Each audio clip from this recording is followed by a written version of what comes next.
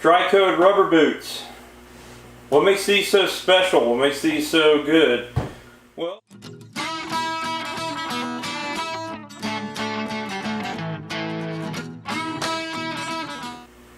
hey, what's going on? So we're doing a little gear review. We're going to be talking about boots. I know, exciting, right? More specifically, DryCode rubber boots. What makes these so special? What makes these so good? Well, full disclosure, I received the email a while back. I know I'm already starting the video off bad, right? From DryCode saying, hey, we would like for you to try out our product. We think it's better than anything else you're probably using currently. Sadly, they were correct. And we want to send these boots out for you to try in your normal fishing, day-to-day outdoor kind of activities. So that's what I did. And I've had these boots for a long time now before putting up this video, and DryCode can attest, and I can show you all the emails where DryCode's been sending me emails saying, hey, when are you putting a video up? So, like I said, I don't want to preach about anything unless I believe in the product, and that's the only time you're going to see a video is if I believe in the product and I tested it and it meets my approval. Now you can take that with a grain of salt what my approval is, but I'm not going to be doing stuff out there and trying to tell you to go get it and then you're like, Joe, this is complete junk. Why are you telling me to get this? Well, was this? I make sure I wear them and I test them and use them first. As you saw, they're not exactly clean, fresh out of the box, and I'm saying this is the most breakable thing anyway. Let's do a little compare, and contrast. So when most people think rubber boots, they think these, right? Your generic black rubber boots. Just some standard, tread on the bottom, nothing fancy, only on the bottom, nothing around here. One piece, but no insulation, and for padding, you get that. That's your insole padding, right? Generally, when most people are wearing these, you see guys in construction wearing these when they're doing concrete work. That way they're not getting lime burn on their feet. And it doesn't cost them a lot once these get ruined just to throw them away. That's pretty much what these are, cheap, use them. Maybe some people buy them to, go take care of their animals and they'll get their good shoes messy, or when it's raining they go out and check the mail, things like that. So, definitely step up from these. Now, what I had before, these were very expensive Irish setter boots, right? As you can see, they didn't hold up too well. I've had to patch these things up multiple times. Two-piece construction. These things were talking to me after like maybe 6 or 8 months. The soles were coming off and I had to put shoe goo on there. Now I'm not bad-mouthing Irish setter.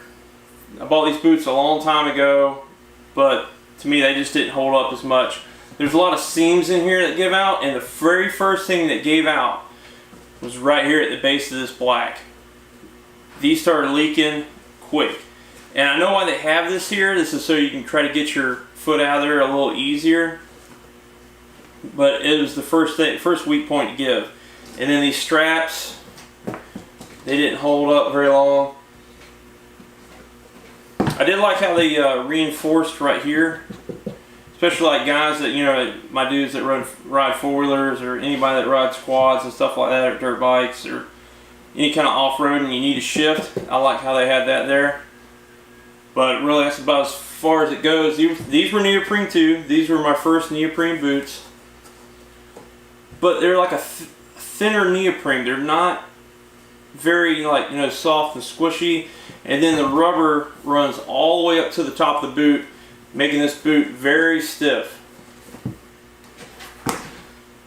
So then I went to DryCode. They have a little bit the best of everything, right? So I have that reinforcement right here on the top of my shoe. So when I ride my four-wheeler, I have that reinforcement there for shifting so it doesn't hurt like the joints on my toes or the top of my foot. It has neoprene inside, so I have nice insulation for the winter time. And it's real squishy and super comfortable. So you remember that insole, that plain rubber boot? There's DryCode's insoles. It's like a honeycomb foam, and they are way more comfortable than any other rubber boot that I've put on. It's kind of like a real comfortable work shoe, is what I could compare it to. Now, what do I mostly use these for?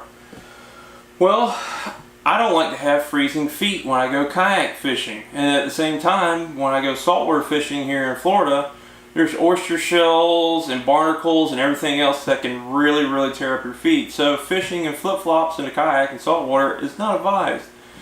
And then even when it's cold and you're wearing something like Crocs to kind of protect your feet, I don't like freezing feet when it's 30 degrees outside.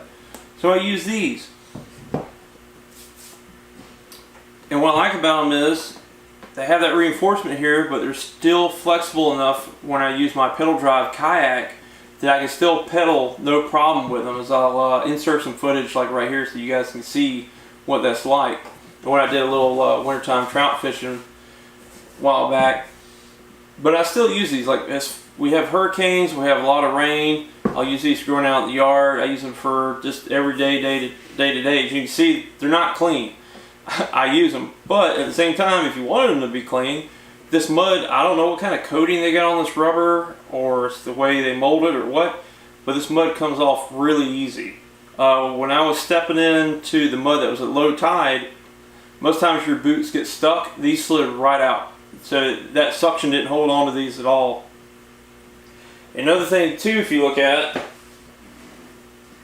if you look at the tread on the bottom of these boots, you have real good tread on the bottom. Our setter had pretty good tread on the bottom, but just like a mud tire, they got tread on the side too for good traction. So that's another good bonus about these. And it's one piece, whereas if I don't care what kind of boot it is or whoever makes it, if you see two-piece construction like that, run away, don't buy it. For this is one solid molded piece. I don't have to worry about these separating and coming apart.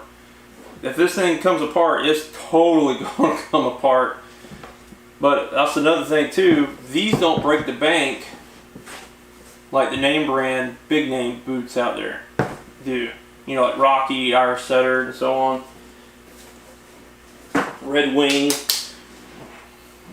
These are a little bit more bang for the buck, so to speak.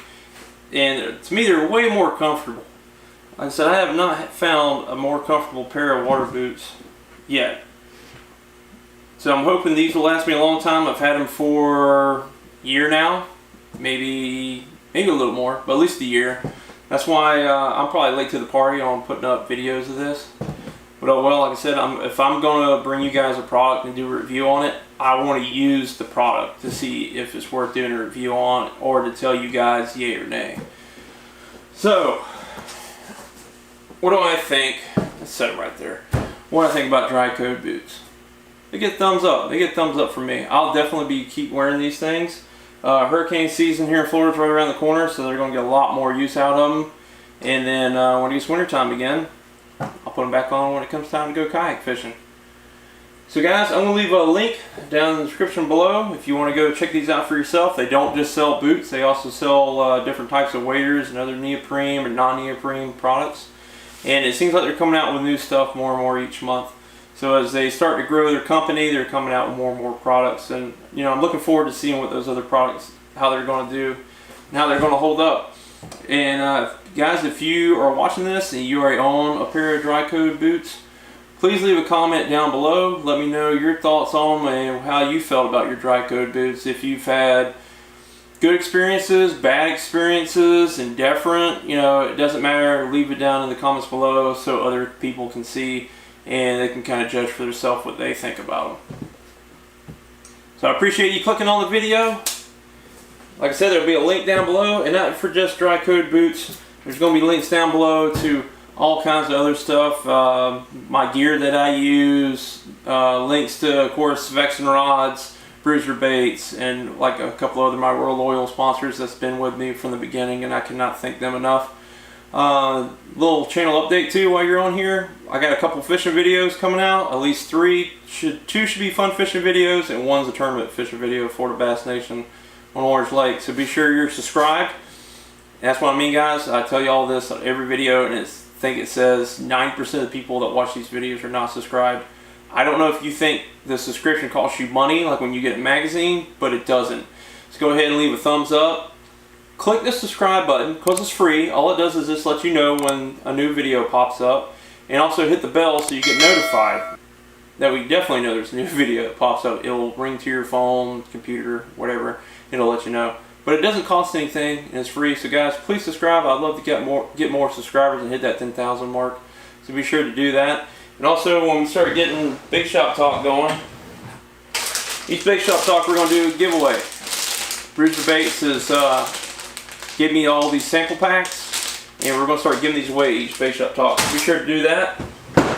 So from me, Joe at Dinsmore Outdoors, and from DryCode Boots, thank you for watching, guys, and we'll see you next time. Take care.